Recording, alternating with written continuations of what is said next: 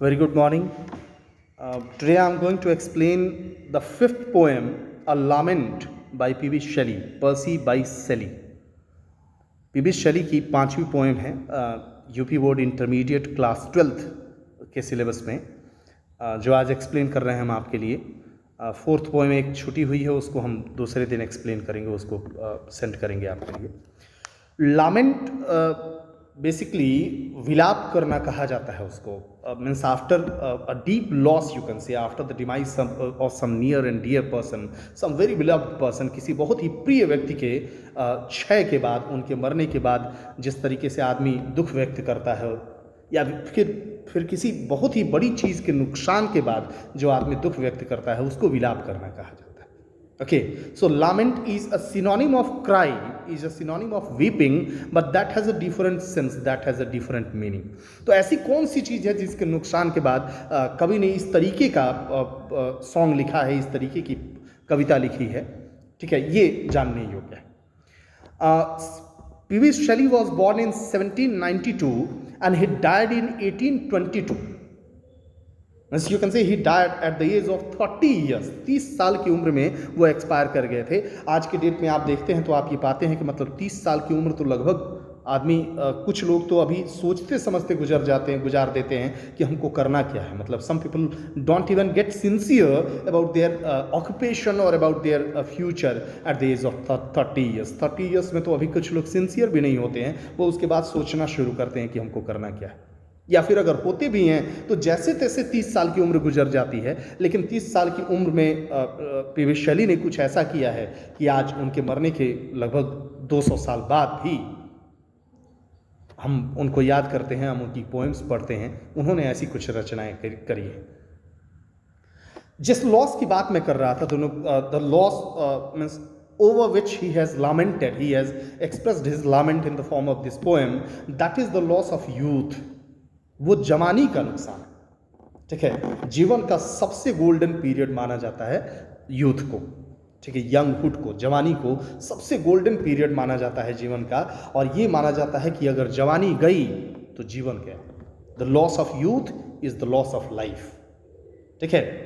तो उस चीज को एकदम से प्रमाणित किया है, यहाँ पे प्रमाणित सर्टिफाई किया है पोएट ने, पी.बी. शैली ने, कि this is a reality that life is youth only, and if youth is lost, everything is lost, ठीक है। अगर यूथ गया तो सब कुछ गया, क्योंकि जवानी में जो कॉन्फिडेंस होता है, जवानी में जो साहस होता है, जवानी में जो काम करने की का उत्साह एक तरीके से होता है, वो उत्साह फिर जवानी बीतने के बाद फिर नहीं महसूस होता है। आप एक बार मतलब आपका कॉन्फिडेंस गायब हो जाता है, आप थोड़ी सी डरने लगते हैं, आपके मन में वो उत्साह नहीं आ पाता है, जीवन से वो प्रेम, ठीक है, वो लगाव जीवन से खत्म होने लगता है एक तरीके से। You start feeling and realizing the futility of life. आप जीवन की निरर्थकता को महसूस करना शुरू करते हैं, ठीक है। सो इसी निराशा को एक तरीके से एक्सप्रेस किया है, इसी पेसिमिज्म को एक्सप्रेस किया है पोएट ने इस पोएम के माध्यम से, over the loss of youth. क्या बोलता है वो? The very first line is the example of apostrophe. पहली लाइन जो है वो एपोस्ट्रफी का एग्जाम्पल है, जिसमें आप किसी निर्जीव वस्तु को, किसी अदृश्य विचारधारा को एड्रेस करते हैं, संबोधित करते हैं। पोएट बोलता क्या है? O word, O life, O time. Word, life, time. Life एक विचारधारा है, टाइम एक विचारधारा है, वर्ड एक कॉन्सेप्ट है, आप समझ सकते हैं। तीनों को ही संबोधित नहीं किया जा सकता है क्योंकि वो व्यक्ति नहीं है, फिर भी पोएट ने संबोधित किया है, पुकारा है उनको। तो ये एपोस्ट्रफी का एग्जाम्पल है। फिगर ऑफ स्पीच एपोस्ट्रफी आपको पढ़ना है। सो पोएट बोलता है, इन तीनों को संबोधित करता है कि O word, O life, O time, ए दुनिया, ए जीवन, ए समय, on whose last steps I climb, जिनके आखिरी पायदान पर मैं खड़ा हूं, जिनके आखिरी पायदान पर मैं खड़ा हूं। क्योंकि पोएट को यह लगता है कि जवानी जा रही है, जवानी खत्म हो रही है, और जवानी खत्म होने का मतलब है कि जीवन खत्म हो रहा है, ठीक है। If the youth is gone, life is gone according to him, and that's why after the loss of youth, means at the sense of the loss of youth, he says that he is standing on the last step of his life. जैसे ही उसको एहसास होता है कि जवानी खत्म हो रही है, उसको लगता है कि जीवन समाप्त हो रहा है, और इसलिए उसने कहा है कि ए दुनिया, ए जीवन, ए समय, जिसके आखिरी पायदान पर मैं खड़ा हूँ, ट्रेम्बलिंग, काँप रहा हूँ, कहाँ? At that where I had stood before, उसी जगह पर खड़े होकर के कांप रहा हूं जहां कभी मैं स्थिर खड़ा हुआ करता था। ठीक है, जवानी है, आप एकदम पेड़ की शाखाओं से आप जंप कर जाते हैं, कूद जाते हैं, दीवारों से, छतों से कूद के नीचे उतर आते हैं, आपको डर नहीं लगता है, किसी तरीके की कोई दिक्कत नहीं होती है, पहाड़ उठाने का बल होता है, लगता है कि हिमालय की चढ़ाई करनी हो तो 1 मिनट सोचना नहीं है, कितना भी बड़ा से बड़ा काम आप कर सकते हैं।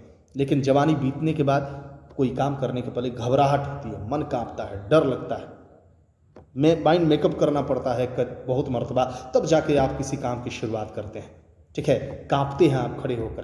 तो वही पोएट बोलता है कि O word, O life, O time on whose last steps I climb trembling, कांप रहा हूं at that where I had stood before, जहां पर मैं कभी स्थिर खड़ा हुआ करता था, वहीं पे खड़े होकर के आज घबराहट हो रही है, आज मैं कांप रहा हूं। ठीक है, when will return the glory of your prime, prime, prime जवानी के लिए प्रयोग हुआ है।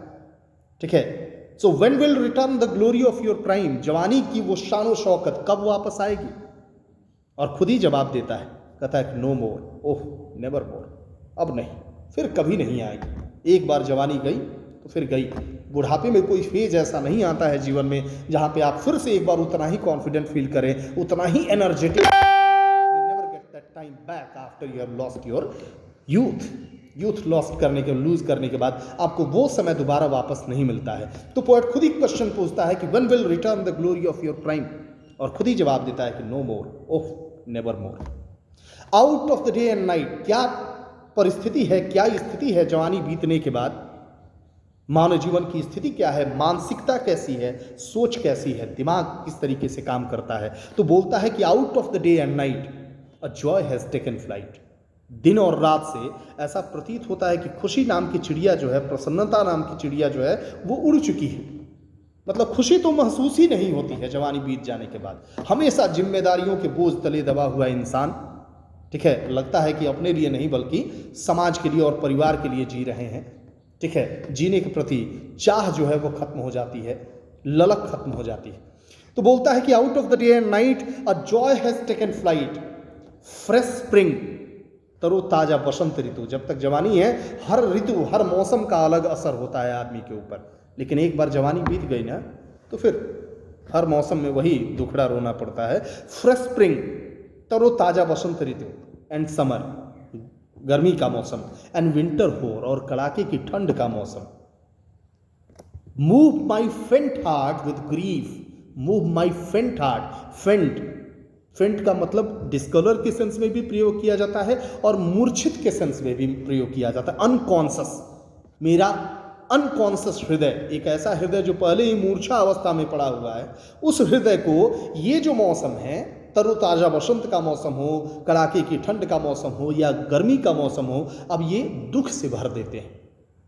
ओके, दे मूव माई फेंट heart with grief but with delight, लेकिन खुशी से भरने का काम जो पहले हुआ करता था जवानी में, बसंत ऋतु आई तो उसका एक अलग असर होता था मन पे, एकदम मन गाने को आतुर हो जाता था। जाड़े का भी अलग आनंद, गर्मी का भी अलग आनंद, हर समय एक अलग तरीके का उत्सव होता था जवानी में।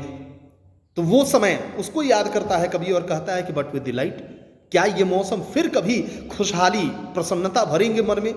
बट विद डिलाइट, और खुद ही जवाब देता है कि नो मोर, ओफ नेवर, कभी नहीं, अब फिर कभी नहीं होगा ऐसा। Perhaps this is the last one. Okay, so the loss of youth is the loss of life according to the poet. Though he died at the age of 30 years, but he had realized that he had become, he was just losing his youth. 30 साल की उम्र में poet मर गया, लेकिन उसको ये एहसास होने लगा था अपने लास्ट फेज में कि जीवन समाप्त हो रहा है, क्योंकि जवानी समाप्त हो रही है। और आज के डेट में लोग 50 साल की उम्र में भी अपने आप को जवान ही समझते हैं। सो दैट इज कंट्रास्टिंग, ये विडंबना है। That was a joke apart, but this poem is over. I hope you would have enjoyed the poem, you would have understood the poem. उम्मीद है कि आपने पोएम समझी होगी बेहतर तरीके से। Thank you, thanks a lot, have a good day.